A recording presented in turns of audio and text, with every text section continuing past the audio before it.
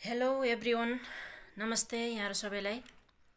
सर्वप्रथम त यहाँहरू सबैलाई कल्पनाका रङ्गहरू युट्युब च्यानलमा हार्दिक स्वागत गर्न चाहन्छु र एउटा सानो अनुरोध पनि के गर्न चाहन्छु भने कृपया यस च्यानललाई तपाईहरूले सब्सक्राइब गर्न नबिर्सिनुहोला, किनकि बैंक एक्जामसँग सम्बन्धित महत्त्वपूर्ण भिडियोहरू मैले यसै च्यानलमा बनाएर अपलोड गर्दछु। साथै यस भिडियोलाई लाइक, कमेन्ट र सेयर गर्न पनि अवश्य नभुल्नुहोला। तपाईहरुको एउटा सानो प्रेरणाले फेरि अरू भिडियोहरू बनाउनको लागि मलाई प्रेरणा मिलोस्, बाटो मिलोस्। अस्तिको भिडियोमा मैले कस्ट बेनिफिट एनालाइसिसको बारेमा अथवा त्यसको बारेमा एउटा डेफिनेसन र कन्सेप्टको बारेमा भनेर थिएँ र कस्ट बेनिफिट एनालाइसिसको अब्जेक्टिभ र त्योसँग सम्बन्धित हुने प्रोसेसहरू के हुन् भनेर आज म अर्को भिडियो बनाउन गइरहेको छु।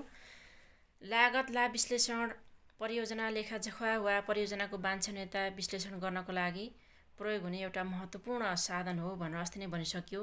कृपया अस्तिको भिडियो हेर्नुभएको छैन भने अस्तिको भिडियो म यसै भिडियोको डिस्क्रिप्सनमा लिङ्क दिन्छु, त्यहाँ गएर हेर्न पनि सक्नुहुन्छ अथवा यसै च्यानलमा क्लिक गरेर तपाईहरूले खोजेर पनि हेर्न सक्नुहुन्छ। कस्ट बेनिफिट एनालाइसिस पार्ट 1 भन्ने छ। आज चाहिँ मैले कस्ट बेनिफिट एनालाइसिस किन गरिन्छ अथवा कस्ट बेनिफिट एनालाइसिसको अब्जेक्टिभ्सहरू के हुन् भन्ने विषयमा यो भिडियो बनाउन गइरहेको छु।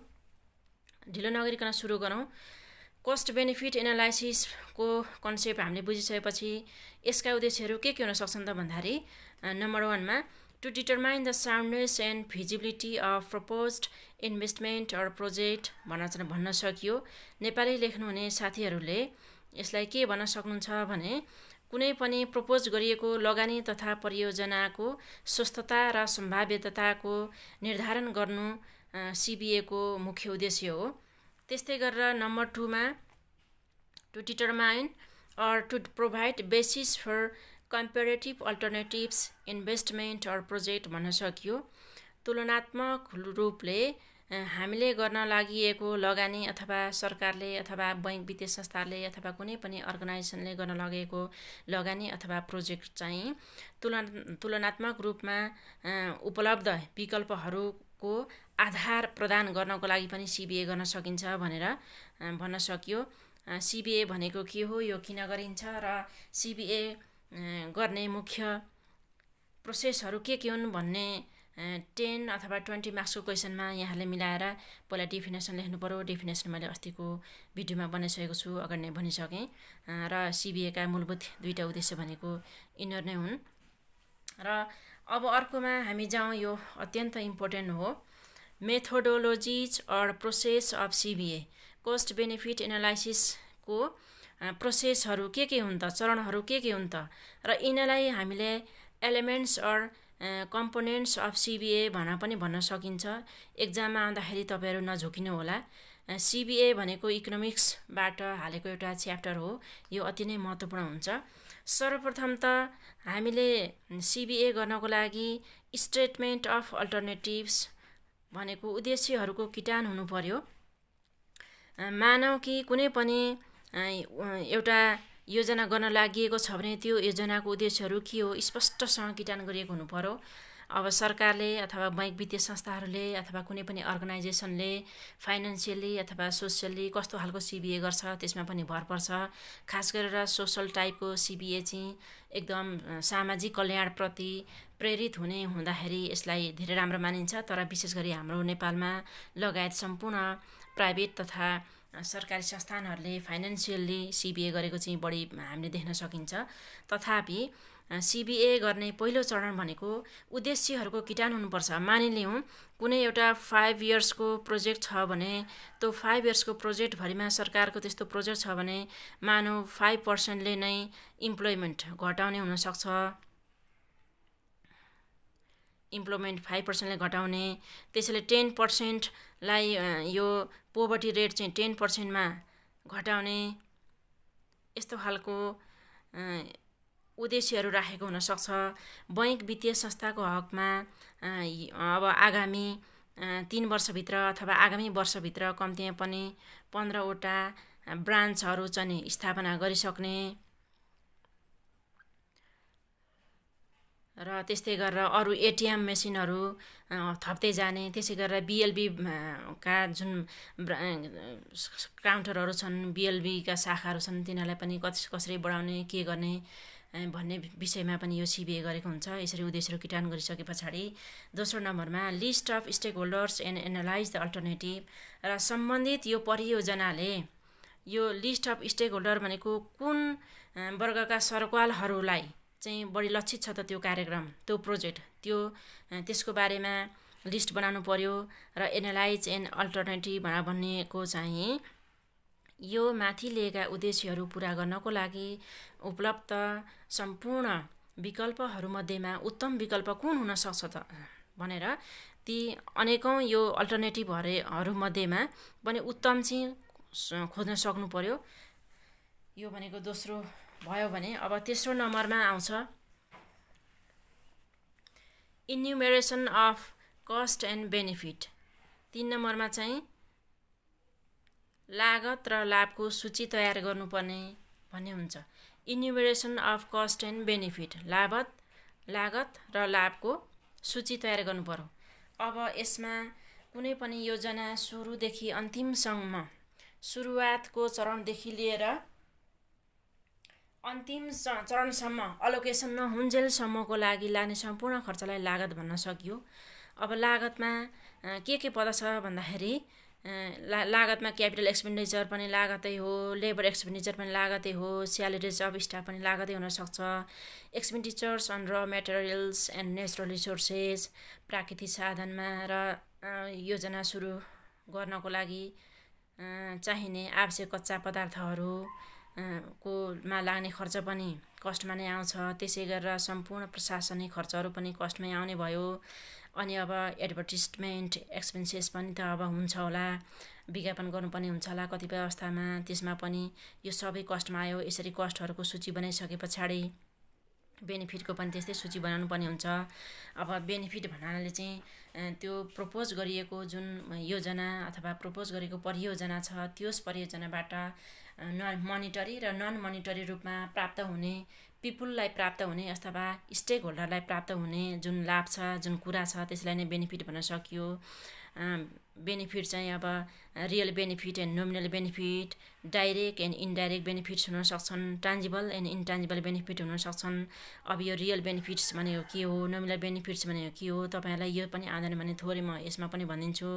यदि सरकारले परियोजना सञ्चालन गरे बापत अथवा कुनै पनि अर्गनाइजेसनले परियोजना सञ्चालन गरे बापत उसले थप ट्याक्सको रूपमा केही रकम फिर्ता पाउँछ भने र जसलाई मोनिटरी भ्यालुमा एक्सप्रेस गर्न सकिन्छ भने त्यसलाई रियल बेनिफिट भनियो, नोमिनल बेनिफिट भनियो। र रियल बेनिफिट भनेको चाहिँ उक्त योजना अथवा उक्त परियोजना सञ्चालन गर्ने बापत पिपुलहरूले पाउने जुन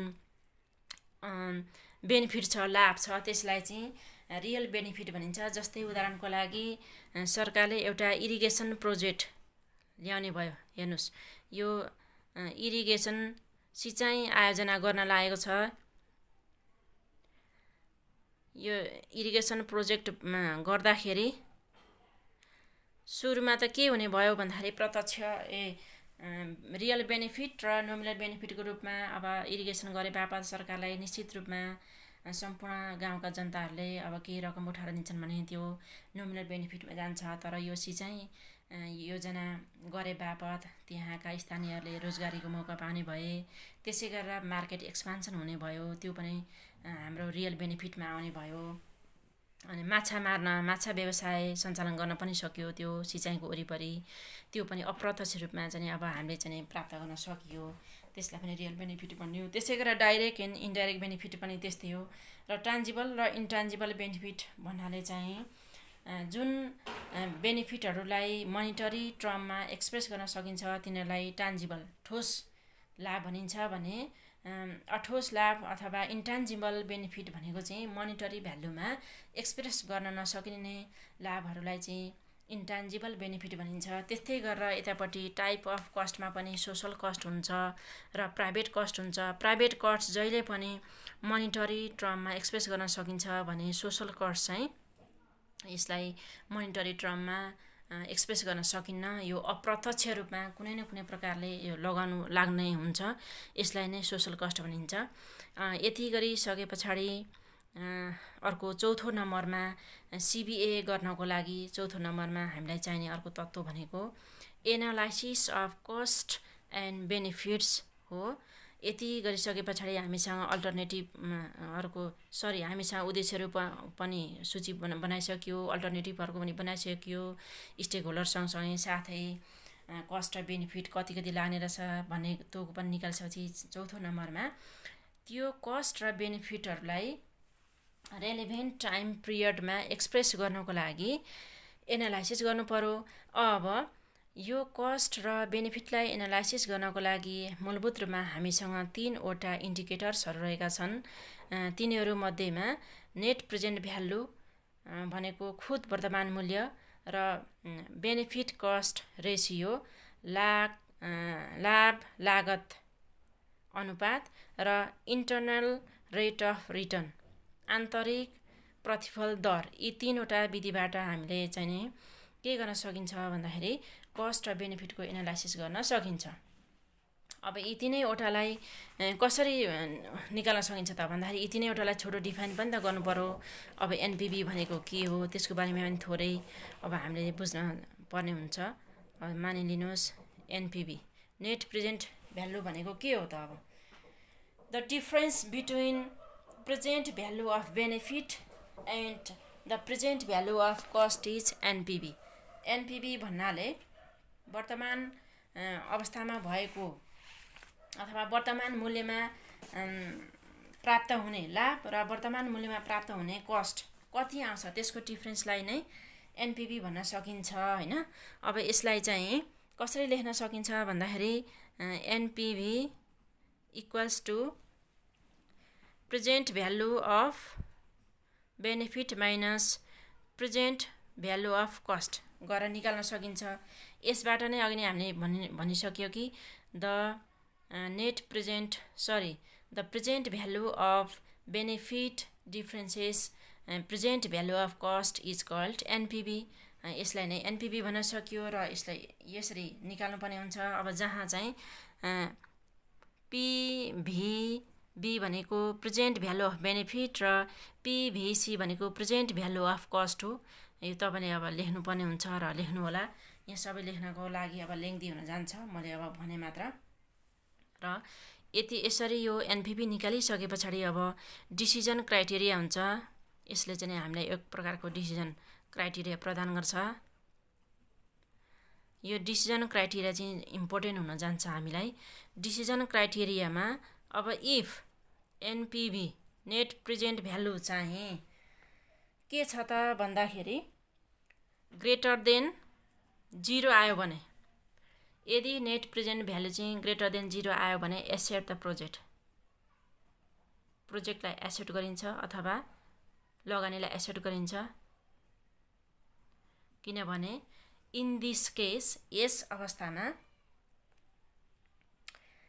present value of benefit is greater than present value of cost. यो अवस्थामा के हुन्छ त? Present value of benefit is greater than present value of cost हुन जान्छ। अथवा यसको मतलब यसरी बुझ्न सक्नुहुन्छ तपाईँले, बेनिफिट चाहिँ कस्टभन्दा बढी हुन जान्छ, यसको मतलब फाइदा हुन जान्छ। यो अवस्थामा त्यसो गर्ने हो। र अब अर्को अवस्थामा इफ NPV लेस देन 0, यो अवस्थामा चाहिँ रिजेक्ट द प्रोजेक्ट।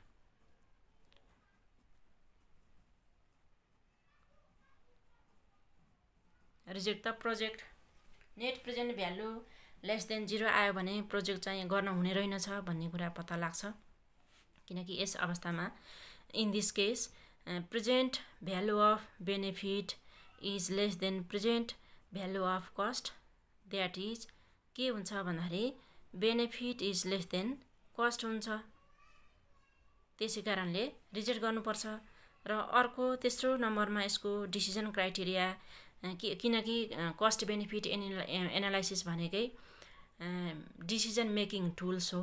यो कुनै पनि प्रोजेक्ट सुरु गर्नुभन्दा अगाडि त्यसको सम्भाव्यता के कस्तो छ त, त्यसबाट पाउने कस्ट त्यसबाट पाउने लाभ र त्यसमा लाग्ने लागत कति छ त त्यसको क्याल्कुलेसन हामीले अलरेडी पाउने त्यसको इस्टिमेसन राम्रोसँगले गर्न सक्ने भएको हुनाले त्यस्तो भएको। र इफ एनपिभी इक्वल्स टु 0 भयो भने चाहिँ बी डिफरेन्स भन्न सकिन्छ। बी डिफरेन्स भनेको तटस्थ। अब यसमा यो अवस्थामा चाहिँ present value of benefit equals to present value of cost बराबरी हुन्छ। यसको मतलब बेनिफिट इक्वल्स टु कस्ट हुन्छ। लाभ पनि हुँदैन लागत पनि हुँदैन, बराबरी लाग्छ। अब गरे पनि भयो नगरे पनि भयो भनेर यसरी यसले डिसिजन दिने काम गर्न सक्दछ। र सायद तपाईँले लेख्नुपर्ने परीक्षामा यति नै हो। यहाँभन्दा बढी लेख्न हामीसँग टाइम पनि हुँदैन। र अर्को छ हामीलाई 2 नम्बरमा बिसिआर बेनिफिट कस्ट रेसियो। अब बेनिफिट कस्ट रेसियो भनेको बुझ्नै हाल्नुभयो। Ratio of present value of benefit and the present value of कस्टलाई नै बिसिआर भन्न सकियो होइन। यसको म्याथमेटिकल रूपमा अथवा यसरी लेख्न पनि सकिन्छ। BCR equals to present value of benefit upon present value of cost भन्न सकियो। यसको रेसियोलाई नै बिसिआर भनिन्छ होइन। र यसलाई हामीले अर्को नामले पनि चिन्न सक्छौँ। त्यो भनेको प्रोफिटेबिलिटी इन्डेक्स पनि भनिन्छ यसलाई, जसलाई छोटकरीमा पिआई लेखिन्छ। यसलाई प्रोफिटेबिलिटी इन्डेक्स नाफादायक सूचक पनि भन्न सकिन्छ। र यसको पनि डिसिजन क्राइटेरिया छ।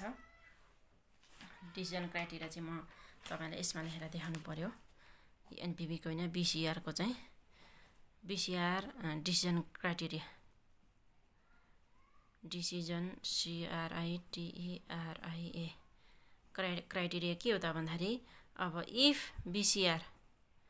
बिसिआर ग्रेटर देन 1 भयो भने, यदि बेनिफिट कस्ट रेसियो चाहिँ 1 भन्दा बढी, त्यसको भ्यालु चाहिँ 1 भन्दा बढी आयो भने एक्सेप्ट द प्रोजेक्ट गरिन्छ।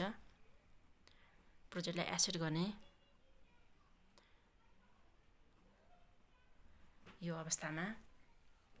अवस्थामा के हुन्छ भने present value of benefit is greater than present value of cost हुन्छ।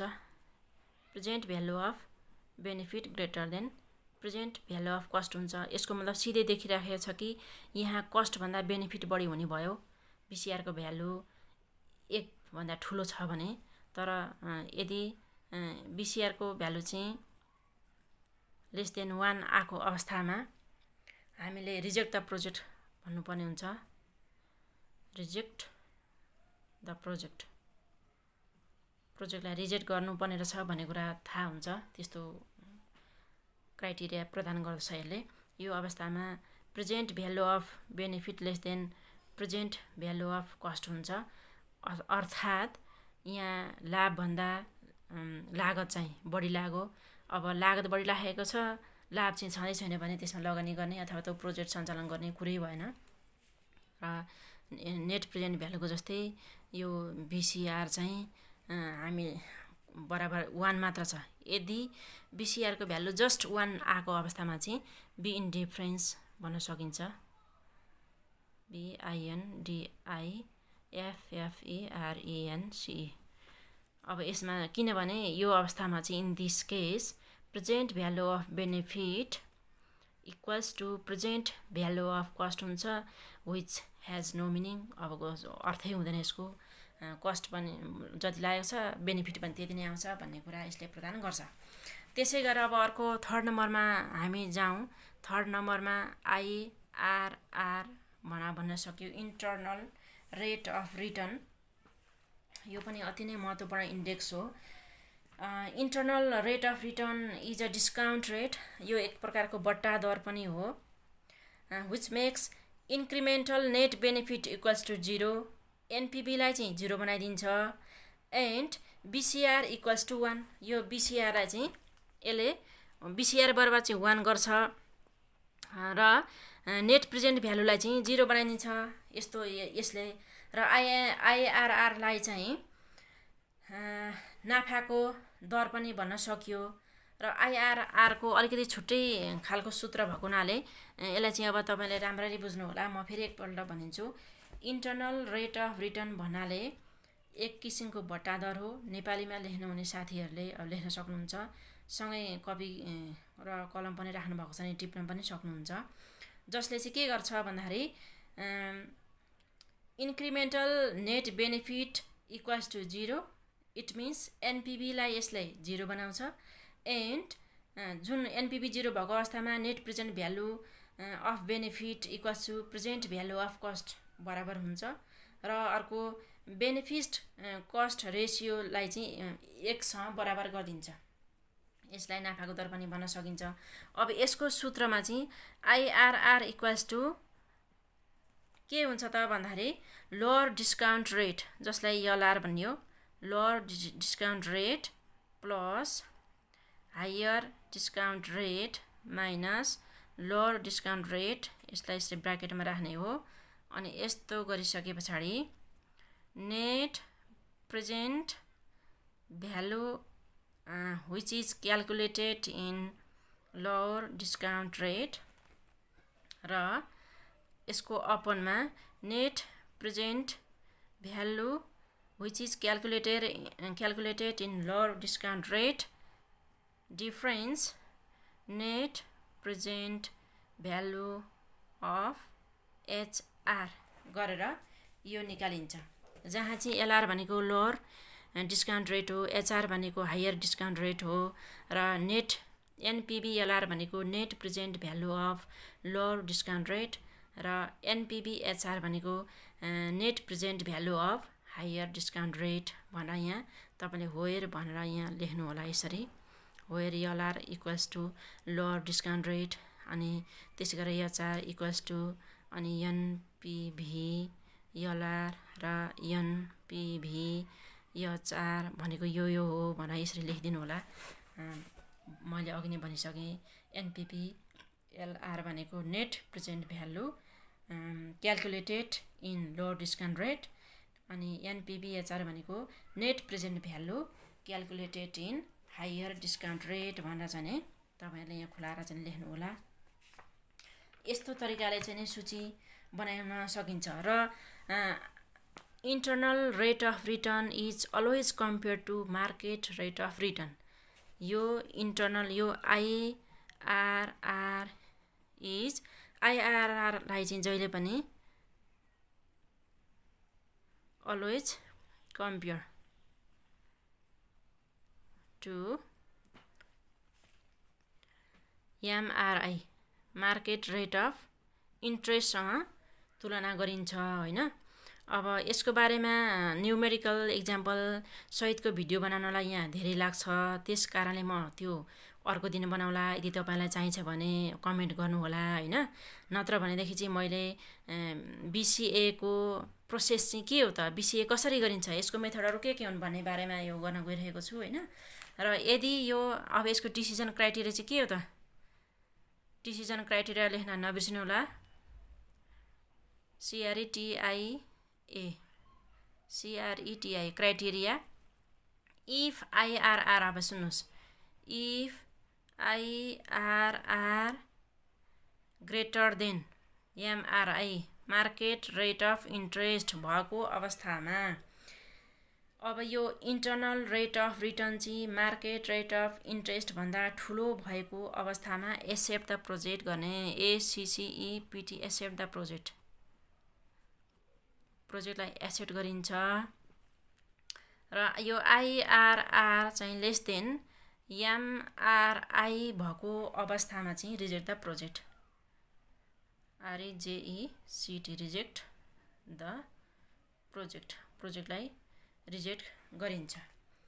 त्यसमा चाहिँ नि अब किनभने यहाँ त इन्टरनल रेट अफ रिटर्न चाहिँ मार्केट रेट अफ इन्ट्रेस्ट भन्दा सानो भइरहेछ, र मास्लोमा हेर्ने हो भने इन्टरनल रेट अफ रिटर्न चाहिँ मार्केट रेट अफ इन्ट्रेस्ट भन्दा ठुलो भइरहेको छ। यो अवस्थामा बढी लाभ हुने देखियो। त्यसै कारणले कस्ट बेनिफिट एनालाइसिस अथवा CBA भन्ने बित्तिकै सोसल्ली डिजायरेबल छ कि छैन त कुनै पनि लगानी, कुनै पनि प्रोजेक्ट भन्ने विषयमा हामीलाई पूर्ण रूपमा एउटा डिसिजन गर्ने टुल, डिसिजन गर्न मार्गदर्शन प्रदान गर्ने भएको कारणले गर्दाखेरि यो यसरी यसको प्रोसेसहरू यस्तो हुन्छ। र यति गरिसके पछाडि तपाईहरुले अब अरू पनि थप्न नि सक्नुहुन्छ। Estimation of outcome in relevant time period of cost and benefit. अब यसरी निकालिसकेको कस्ट र बेनिफिटलाई वर्तमान मूल्यमा अब अनुमान गर्न पनि सकिन्छ कति के हुन्छ।